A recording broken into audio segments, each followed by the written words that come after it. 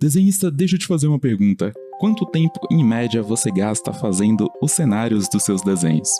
Não precisa responder, eu sei que você não desenha cenários, eu também não desenhava, ninguém desenha cenários. E é por isso que hoje eu vou te passar algumas dicas para você destravar o desenho dos cenários. Mas por que, em primeiro lugar, é tão difícil de desenhar cenários? Veja bem, eu tenho uma teoria de que, cara, não é falta de interesse que os artistas não desenham cenários. Cenários são cruciais para você conseguir criar atmosfera no seu desenho, para que você contextualize o seu leitor, para que você trabalhe com elementos narrativos. Pô, todo mundo gosta de ver um cenário, todo mundo admira um cenário, todo mundo se sente imerso dentro de um cenário. Então por que diabos as pessoas não desenham os cenários? E a resposta que minha teoria dá do porquê de você não desenhar cenários é pelo fato de que você é um vagabundo. Na verdade, o que te falta, meu caro pupilo, é clareza numa palavrinha mágica que eu chamo de processo. Para fazer demonstração do processo que eu recomendo que você siga, a gente vai fazer meio que uma engenharia reversa de um dos maiores clássicos do mangá, que é Akira. Se você ainda não assistiu, cara, recomendo que você veja, o bagulho é muito bom.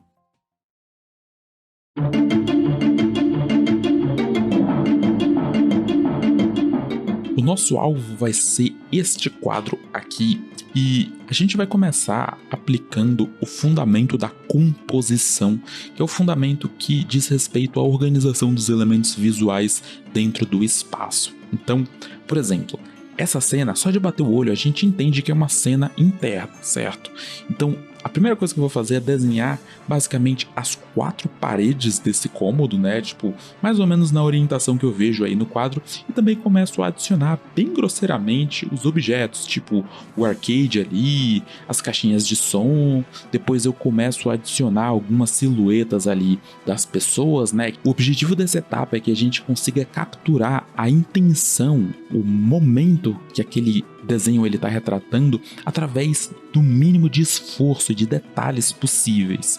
Ou seja, nessa etapa não é pra gente estar ligando para resultados estéticos, nem é para ficar bonito. O máximo de lapidação que eu faço aqui é para que eu mesmo consiga entender o que eu tô desenhando, para que lá na frente eu não fique confuso do que as coisas representam, entende? Um ótimo recurso é trabalhar com espaços positivos e negativos.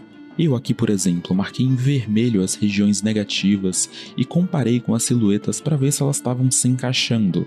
Usar silhuetas te força a não cair na armadilha de desenhar no automático e acabar perdendo tempo com detalhes desnecessários para essa etapa do processo. E no final dessa etapa, a nossa composição vai ficar dessa forma aqui, ó.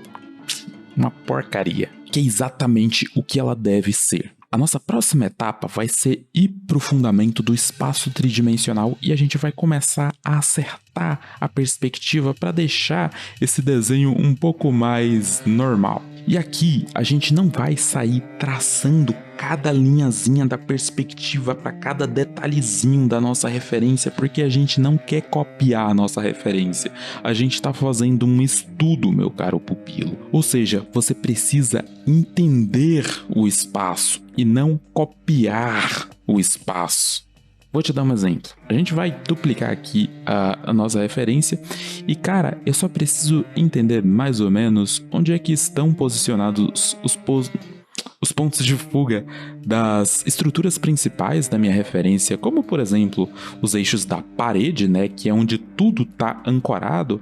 E uma vez que eu entendo mais ou menos onde estão aqueles pontos de fuga, eu vou trazer aquela mesma lógica para o meu desenho. Eu não estou copiando, eu quero apenas a mesma direção ali e todos os elementos secundários, as formas menores, a gente vai seguir os nossos pontos de fuga e não o ponto de fuga da referência, sacou?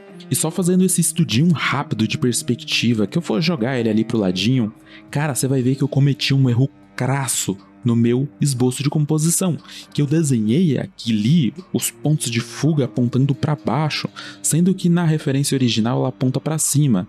Então, Marcelo, nossa, você é muito ruim mesmo, né? Nossa, como você...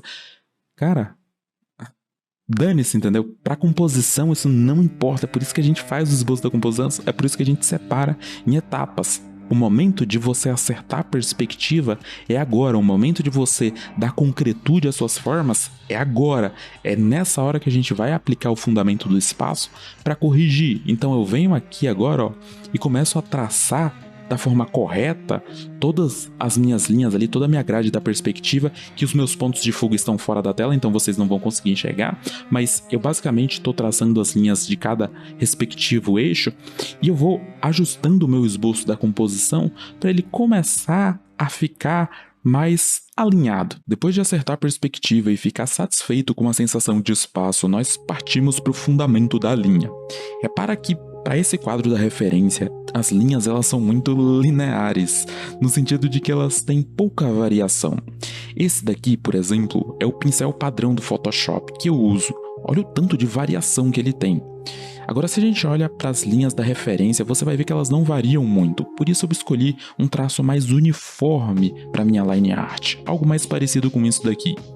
Nota também que eu não usei a ferramenta de linha reta para desenhar nem a line art, nem as linhas da perspectiva. Eu prefiro muito mais fazer tudo à mão livre, mesmo elas ficando um pouquinho mais tortas, porque isso me ajuda a treinar o meu traço.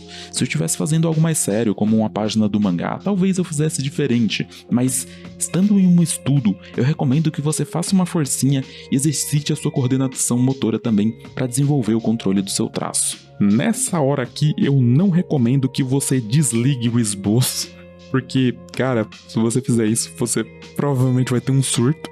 Você vê que a gente já fez um monte de coisa aqui e o resultado estético ainda tá uma porcaria. E você provavelmente vai ter uma crise se você fizer isso, então só vai na fé, cara, só vai... Continua aí fazendo as linhas aí e vamos para a próxima etapa. Depois que a gente tem as nossas principais estruturas delimitadas pela line art, a gente vai para o nosso último fundamento, que é de luz e sombra, que aqui basicamente se resume a uma única palavra chamada achuras. Achuras são bem demoradas para você fazer e ficar legal. E demandam bastante, adivinha o quê? Controle do seu traço. Se lembra que eu acabei de comentar com você de que é bom que você tenha controle do traço? Aqui, ó, uma ótima aplicação de coordenação motora que você precisa ter para fazer boas achuras. Aqui eu não tenho muito o que falar, eu tô só achurando igual um psicopata aí durante horas, não tem realmente muito segredo. É mais aquela questão de você ter realmente confiança no seu processo e nos seus fundamentos para que você consiga ir até o final. Veja, o cenário ele só vai ficar bonito, tipo, agora, sabe? No finalzinho. E é por isso que eu postulei no começo desse vídeo de que você precisa ter clareza no seu processo para que você não abandone ele na metade pelo fato de você não ter tido um resultado estético legal até o momento. E a arte, cara, nesse sentido, ela é extremamente ingrata, porque se você errar somente um desses fundamentos em alguma dessas etapas, isso vai comprometer o seu desenho como um todo, sabe? Se eu tivesse feito uma análise errada da perspectiva, ficaria tudo esquisito. Se eu tivesse utilizado um peso da linha um pouco incoerente, quebraria todo o meu arranjo ali das linhas. Então você precisa ter os fundamentos muito bem calibrados e você precisa ter a confiança de que você tá fazendo a coisa certa, porque, cara, uma vez que eu tinha certeza que a minha perspectiva estava certa, que as minhas linhas estavam coerentes, que a minha composição, cara, ela estava acertada, para eu reproduzir esse quadro era só uma questão de tempo mesmo, era mais uma consequência de tudo que eu estava fazendo, e é justamente essa confiança que eu quero que você também tenha, mas você só vai conseguir construir ela se você treinar, e é por isso que eu tô te passando esse treino, e eu também vou te passar um treino mais específico para cada fundamento daqui a pouco. Mas agora eu vou catalogar esse treino que eu acabei de fazer lá no traqueador do traço. Ou seja, eu vou colocar aqui quantas horas eu demorei para fazer ele, quais fundamentos eu treinei, e fazendo isso, com o passar do tempo, eu consigo ter mais ou menos uma noção de como é que estão o desenvolvimento dos fundamentos no pentágono da arte, que é a minha abordagem para ensinar os fundamentos do desenho. Então aqui, por exemplo, se a gente pega o pentágono do Asra, que é um aluno do desenho 101, a gente vai ver, cara, que, mano, ele treinou 33 horas e ele tá muito forte em repertório, em espaço tridimensional, em composição, mas ele pode pode melhorar aqui em linha e luz e sombra. Então, através do traqueador, a gente consegue ter uma noção, né, visual de como é que estão os seus fundamentos, os seus pontos fortes e o que você pode melhorar. Esse é um sisteminha que eu desenvolvi para ajudar a organizar os treinos dos meus alunos lá no Desenho 101, que é meu curso online onde eu te passo 101 exercícios para que você domine o pentágono da arte. Então, se você tiver interesse no Desenho 101 e no traqueador que vem junto no Desenho 101, né, eu vou te convidar a clicar no primeiro link aí na descrição para conhecer mais. Mas, voltando. Eu não escolhi Akira para trazer essa demonstração aqui para você à toa, tá? Eu escolhi a obra do Katsuhiro Otomo porque ele é um mangaka mais old school. Pelo fato dele ser mais old school, ele vai fazer as obras ali mais à mão livre ali, sem utilizar tanto referências, cenários em 3D, coisas artificiais, sabe? E o que eu recomendo para você, se você tá começando agora, se você vai fazer esse tipo de treino, é que você também opte por esses mangakas mais old schools, tipo o Naoki Urasawa também é outra recomendação que eu te dou aqui para fazer esse tipo de estudo, né? Os primeiros volumes de Monster especialmente. Se eu não me engano de cabeça assim também, a Hoshino Katsura, que é a criadora do The Gray Man, eu deixo esses 3 nomes aqui de cabeça, assim, para você fazer seus estudos, porque se você for para um autor mais contemporâneo, assim, mais moderno, tipo, sei lá, os cenários de Oyasumi Pum Pum, do Inyo Asano, cara, ele vai utilizar bastante 3D ali, photobashing e... Pô, se você é iniciante e você tá tentando estudar, não faz sentido você tentar criar algo que nem um profissional, tipo, fez à mão livre, entende? Tipo, vai dificultar demais. Não que seja impossível, mas se você é iniciante,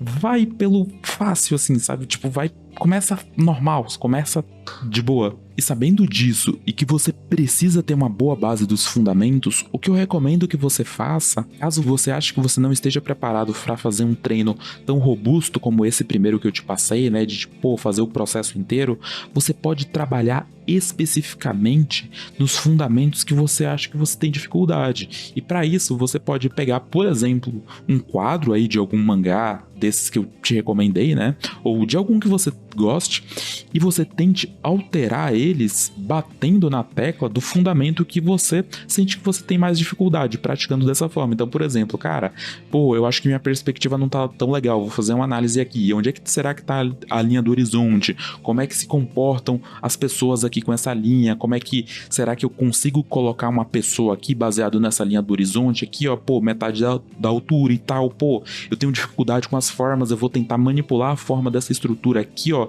modificar essa quina aqui, fazer um plano liso, colocar um 8 ali, igual tem ali atrás. E pra finalizar, eu resolvi colocar um titã colossal ali logo em cima da escola e uma guriazinha como se estivesse prestes a enfrentar ele.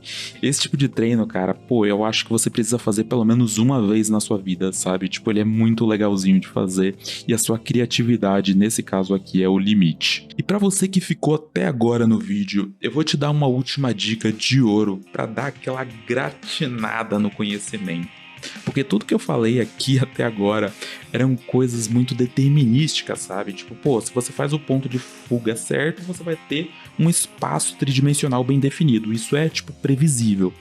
Agora, se você é artista, você precisa trabalhar com algo mais subjetivo, você precisa ir além da técnica. E esse é um papo de artista para artista. Ou seja, você, como um artista, não pode fazer o que todo mundo está fazendo. Você precisa se diferenciar. E uma forma de você fazer isso, aliás, a melhor forma de você fazer isso é você não estudando igual todo mundo. Como é que você garante que você vai estudar e você vai produzir algo que é único? Algo que te torna único são as coisas que você gosta, o conjunto de coisas que você gosta, especificamente pode produzir algo que é único, e você estudar essas coisas que você gosta, que te inspira, talvez crie algo único. Então, o que eu recomendo que você faça é que, ao invés de só ficar estudando tecnicamente as coisas que eu te passei aqui, por exemplo, que você analise esses fundamentos que são universais, tá? Porque os fundamentos, eles não servem só para você produzir a o visual, a arte visual, serve também para você analisar. Então, pô, composição é algo que existe desde a fotografia, cinema, até os desenhos aqui que eu te mostrei.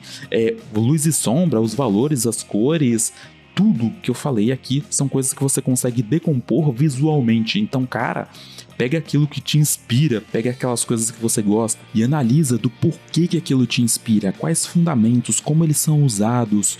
Cara, vai naquela série, naquela animação que você gosta, vê como é que eles usam a paleta de cor, olha o traço de alguma obra que você gosta, olha a composição normalmente que aquele filme que você assiste tanto tem, sabe? Tipo, estuda o que te inspira. Eu, por exemplo, tô produzindo uma obra de terror. É extremamente rico pra mim entender, cara, numa cena de terror, o que que torna, sei lá, um corredor, por exemplo, tão perturbador? Por que que essa composição ela me causa um certo desconforto, embora não tenha nada aqui tão alarmante? Será que tem algo escondido nesse cenário? Por que que eu tô me sentindo tão inseguro, mesmo com pessoas aqui no fundo? Será que está prestes a acontecer algo nesse exato momento?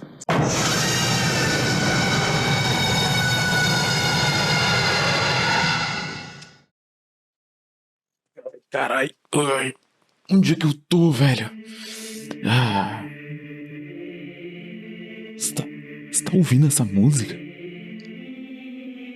Eu tô no templo do tempo do Zelda, caralho, velho. Porra, olha isso aqui, velho. Olha essas pilastras aqui, mano. Vai dar uns treinão de perspectiva muito da hora. Mas agora eu preciso sair daqui. Já sei, eu vou tirar a espada mestre, porque eu sou o desenho mestre e assim eu vou voltar no tempo igual o Link. Quer dizer, vou acelerar o tempo, foda-se.